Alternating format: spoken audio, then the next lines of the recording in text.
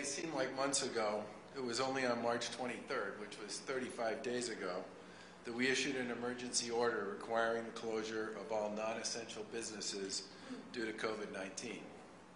For a little context, this was also the same day that the Commonwealth reported 1,000 tests per day for the first time. Quest had just come online and we were ramping up to an ambitious goal of 3,500 tests per day. We're now reporting anywhere between 8,000 and 10,000 tests per day and sometimes more, which makes us the #2 test per capita performer in the country among the big states. And obviously, we think this represents progress, but sometimes it seems like a lot more than 35 days ago.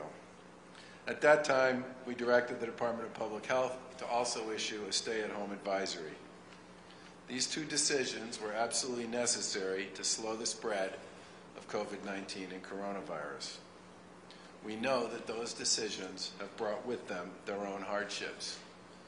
Kids out of classroom for the rest of the year, parents stretched to the breaking point, and in a time when we need it most, people are separated from those they love. People have lost their jobs, their careers, and in some cases, businesses they'd worked on for many years. Not acting, however, was not an option.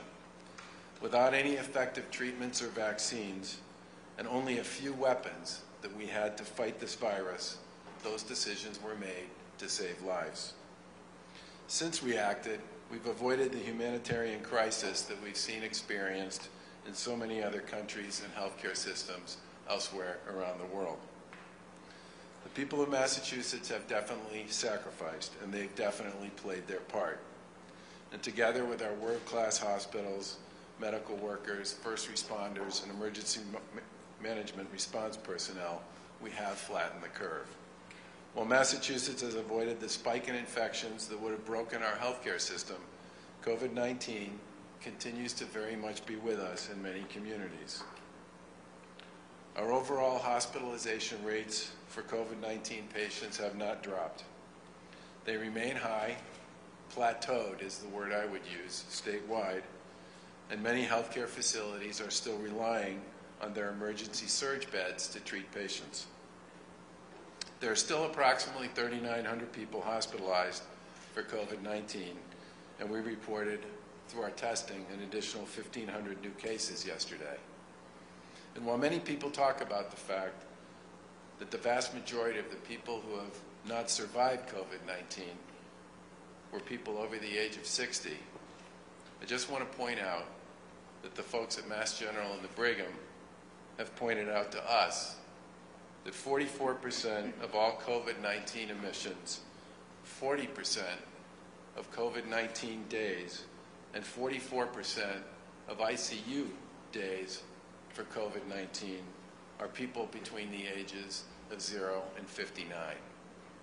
Yes, they may survive, but many of them have a very rocky and rough road to get from here to there. So today we're extending the timeline for all non-essential businesses to keep the physical workplaces and facilities closed to all workers, customers, and the public until May 18th, and the stay-at-home advisory also remains in place during this time. We're bringing every possible resource to bear in this fight to get back to the so-called new normal, and a lot of what's happened in the past several weeks has headed us in that direction. We became the first state in the nation to launch a tracing program that will serve as a powerful tool to spot and stop new cases. The mobility data suggests that our state's efforts to close brick and mortar businesses and our calls for social distancing have played a significant role in stopping and slowing the spread of the virus.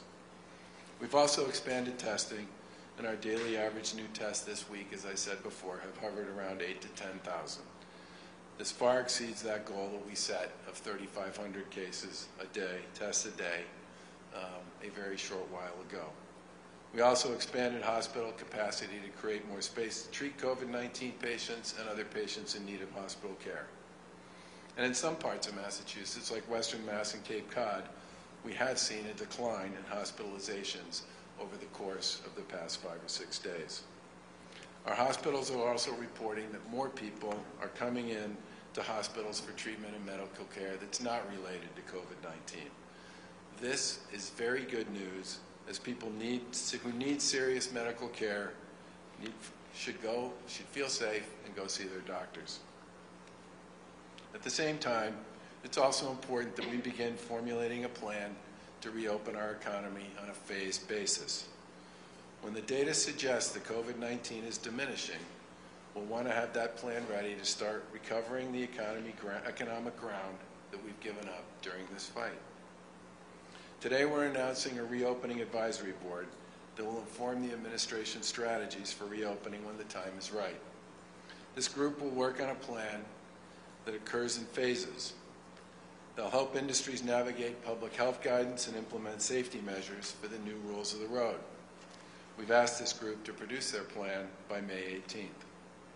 The advisory board will be led by Lieutenant Governor Karen Polito and Secretary of Housing and Economic Development Mike Keneally. Along with a 17-member team, they'll bring together public health officials with leaders in the business community and municipal government. We picked a fairly small group to ensure that this group could be productive in a short amount of time. There are many important voices that they will need to hear from as part of the conversations that will be led by the advisory board. The strategy was to pick leaders in different spaces who are connected to like-minded people statewide so that they can engage in that robust dialogue and report back the most critical information for the advisory group to consider in making their recommendations. One way I've thought of thinking about it is this group, while small, has a lot of people on it who are very qualified and represent a lot of geography and a number of different business models here in Massachusetts. There are many business models in Massachusetts, and we think this group will provide an opportunity for folks in different verticals to get together, talk to one another, and then speak with one voice to this advisory board with respect to how they would pursue operating under the rules and guidance that comes from the advisory board. This should make it possible for every voice to be heard, but at the same time will create a mechanism that establishes organizing principles for different verticals and different business models to relate and communicate with this advisory board. We do anticipate delivering updates on the board's work as time goes on. We're pleased to have a few members join us today, including Public Health Commissioner Monica Burrell and Lawrence Mayor Dan Rivera. The Lieutenant Governor will provide more details on the advisory board in just a minute. I'm confident this team will come up with thoughtful recommendations for how we approach a phased reopening. But our public health guidance and data from healthcare experts are ultimately going to lead this process. This includes monitoring information like hospital rates for COVID-19, the percentage of new cases, and monitoring community hotspots. We're all incredibly eager to move on from this phase of our lives. But if we act too soon, we could risk a spike in infections that could force our state to revert to serious restrictions again. And this scenario would be far worse for our economy and for our communities and for our people. We'll keep monitoring several data points to identify trends that indicate the rate of infection, and we'll continue to make decisions based on what we think is best for Massachusetts. As we navigate this process, we'll also work with our neighboring states on strategies that make sense for us and for the Northeast region. As I said many times before, we need to talk to each other and stay in touch so that none of us does anything that unwittingly puts the others in a bad space. Medical and infectious disease experts believe that the public's compliance with our closure of non-essential businesses, our ban on large gatherings, and our stay-at-home advisory has slowed the spread and helped our hospitals keep up. And based on these facts on the ground, these mechanisms all need to remain in place so we can soon do better than just keep up and actually start to get ahead. So in addition to extending the closure on non-essential businesses, I'm also extending the ban on gatherings of 10 or more people until May 18th. We're also extending the guidance to the executive branch employees of state government to make sure we keep providing key services to those who need it safely. I know pushing these dates back a couple of weeks is probably not what many people want to hear.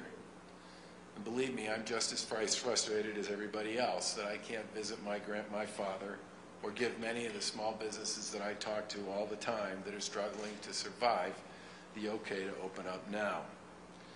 And we all look forward to stepping in front of this podium to tell you that we're starting to open for business. I know we'll get there soon, but we have to be smart about how we do it and recognize and understand that there are risks associated with going back too soon. This Reopening Advisory Board is a step in the right direction, and they'll do incredible work in the course of the next few weeks so that when the data shows us that we're getting ahead of this terrible virus, we can take swift, smart, and appropriate action. Let me just close with this. I know sometimes it can feel like we've been in this crisis for a lot longer than we have. And I know that everybody wants to get to whatever we can call the new normal. But the data shows us that our hospitalization rates, while no longer climbing at the rates they were climbing before, have plateaued and not started to fall. This is critically important to the decision-making, not just here in Massachusetts, but to the guidance that's been recommended in virtually every other state in the country and has come out of most of the major public health organizations. The steps we're taking now and what we're able to begin planning with respect to reopening and how we carry out that process for Massachusetts is critically important, and we think it should begin now. We're moving in the right direction with respect to the virus, but we are not where we need to be. And I think most folks, certainly in my role in other states, are using similar guidance to make decisions about their states. The completion of the advisory board's planning work will mean Massachusetts is prepared to reopen in a safe and smart and phased way as soon as the evidence on the ground with respect to the virus allows. Letting up too early on things we know are working, staying home, pausing business, wearing face coverings, and practicing social distancing is not the right way to finish this fight. We all know the drill, and we all know what it does to slow the spread. If we stick together and play our part, we'll come out the other side stronger. We won't suffer the relapse that so many of us are concerned about, and we will be able to move forward on a phased opening.